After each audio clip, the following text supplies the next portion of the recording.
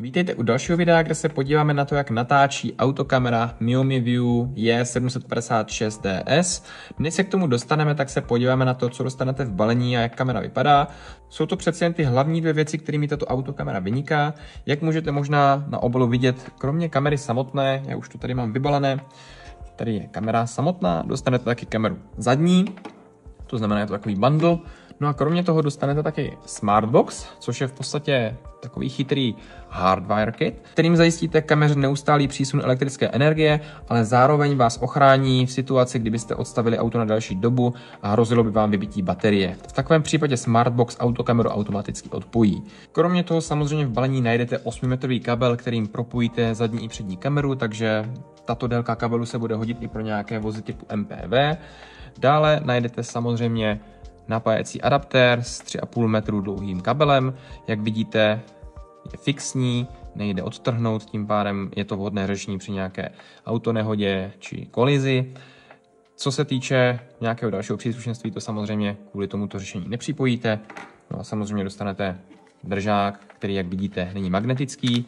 Nicméně tím se dostáváme k tomu, že to vůbec nevadí, protože kamera je designově řešená tak, že ji uvidíte vlastně v tomto smyslu, když budete stát před vozidlem, a je víceméně připravená na to, aby ve vozidle zůstala, nejen kvůli svému designu, ale celkově kvůli tomu, jak výrobce tuhle autokameru pojal. Je spíše na to, abyste ji připojili se SmartBoxem, měli v autě neustále a hlavně střežili vaše auto, když v něm nejste, když je odstavené. Autokamera má taky spolehlivý G-senzor, který automaticky uzamkne záznamy při kolizi, prudkém brždění a samozřejmě taky v případě, že se vám bude někdo snažit poškodit vozidlo, které budete mít právě odstavené.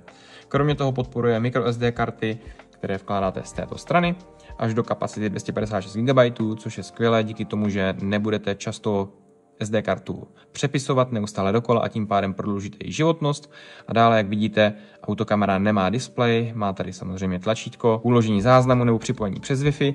No a vy tak budete používat hlavně svůj mobilní telefon, a to jak při instalaci, tak samozřejmě taky při následném používání autokamery.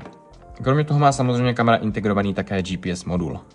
Co je hlavní nevýhodou této kamery, je potom její rozlišení, respektive obou kamer, protože v obou případech má snímač maximální rozlišení 1080p neboli Full HD při 30 fps. To v praxi potom vypadá tak, že vy v ideálních podmínkách přečtete SPZ protijedoucího vozidla na nějakých maximálně 8 metrů, v noci je to samozřejmě výrazně méně. Proto bych doporučil autokameru hlavně pro jedince, kteří potřebují střežit své vozidlo, zejména v případě, že je odstavené a chtějí ho uchránit před nějakými vandaly a podobně. Pokud potřebujete vidět SPZ na nějakou delší vzdálenost, tak bych vám doporučil připlatit si za jiné řešení. Co se dále týče nějakých nevýhod nebo spíše věcí, které vás můžou při instalaci překvapit, je to, že vy budete muset ke zmíněnému SmartBoxu pravděpodobně dokoupit rozbočky do pojistkové skříně.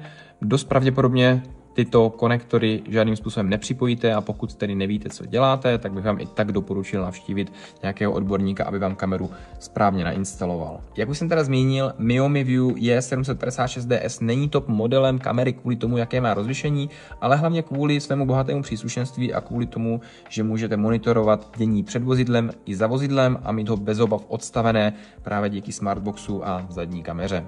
No a nyní se podíváme na záznamy z jízd, ať máte představu o kvalitě záznamu.